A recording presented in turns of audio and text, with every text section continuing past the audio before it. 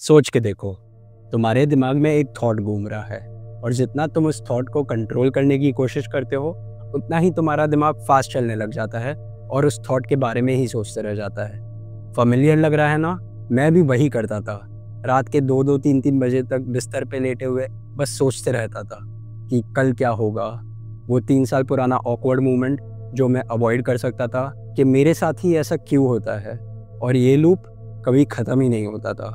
लेकिन over time मैंने अपने थॉट्स को चैनलाइज करना सीखा और वही मैं आज तुम्हारे साथ शेयर करने वाला हूँ। अपने दिमाग को एक ब्राउज़र की तरह इमेजिन करो। तुम्हें एक ही काम है लेकिन तुम्हारे 50 टैब्स खुले हुए हैं।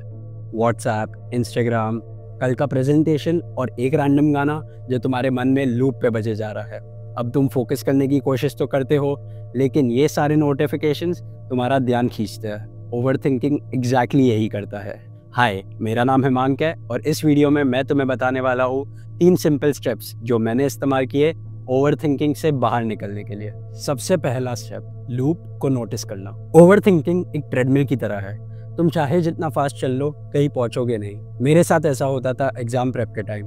एक क्वेश्चन डिफिकल्ट लगता था तो मैं सोचने लग जाता था कि अगर इसका आंसर गलत हो गया तो, अगर मैं एग्जाम में फेल हो गया तो फ्यूचर का क्या, फैमिली को क्या जवाब दूंगा।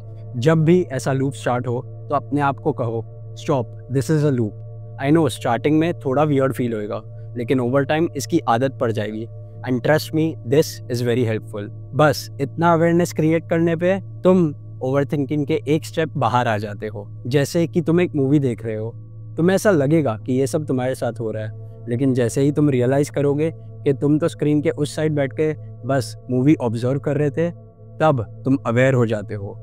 And this awareness is just like freedom. Step 2, क्यों को अब क्या पे फ्लिप करो। तुमने लूप तो नोटिस कर लिया, अब नेक्स्ट प्रॉब्लम, क्यों के पिट में गिरना।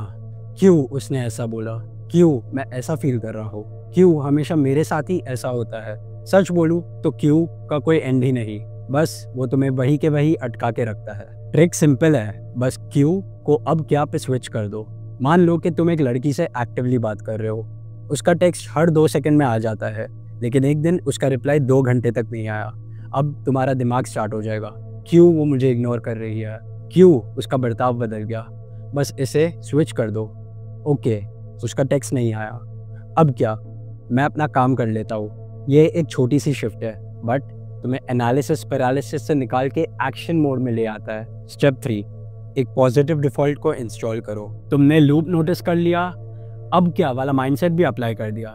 नेक्स्ट प्रॉब्लम, अब क्या करना है। यहाँ काम आता है पॉजिटिव डिफॉल्ट्स। ये एक रेडीमेड एक्शन है जो तुम्हें ओवर थिंकिंग से तुरंत निकाल देता है। तुम्हें एक ऐसा एक्शन चाहिए जो तुम कभी भी ट्रिगर कर सकते हो। मेरे लिए ये पॉजिटिव डिफॉल्ट है conscious breathing. It goes like inhale, stop, exhale, stop and repeat.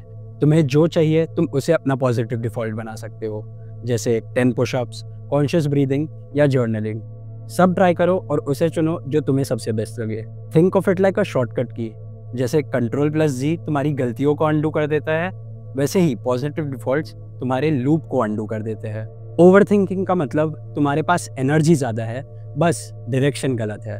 और जब तुम ये सारे स्टेप्स करते हो तब तुम्हें रियलाइज़ होगा कि ओवर थिंकिंग को शांत करने के लिए तुम्हें उस पर काबू पाने की कोई ज़रूरत नहीं, तुम्हें बस अपने थॉट्स को चैनलाइज करना है। सो अगले 24 घंटे ये 3 चीज़ ट्राई करो। फर्स्ट, लूप को नोटिस करो। सेकंड, क्यों को अब क्या पे स्विच करो। थर्ड, अपना पॉजिटिव डिफॉल्ट सिलेक्ट करो और उसे यूज़ करो। मुझे कमेंट्स में बताओ तुम्हारा डिफ़ॉल्ट क्या होगा। अगर वीडियो पसंद आई तो लाइक करो, शेयर करो विद अ फ्रेंड जो हमेशा सोचते रहता है, और चैनल को सब्सक्राइब करो for more simplified content like this. I see you in the next one.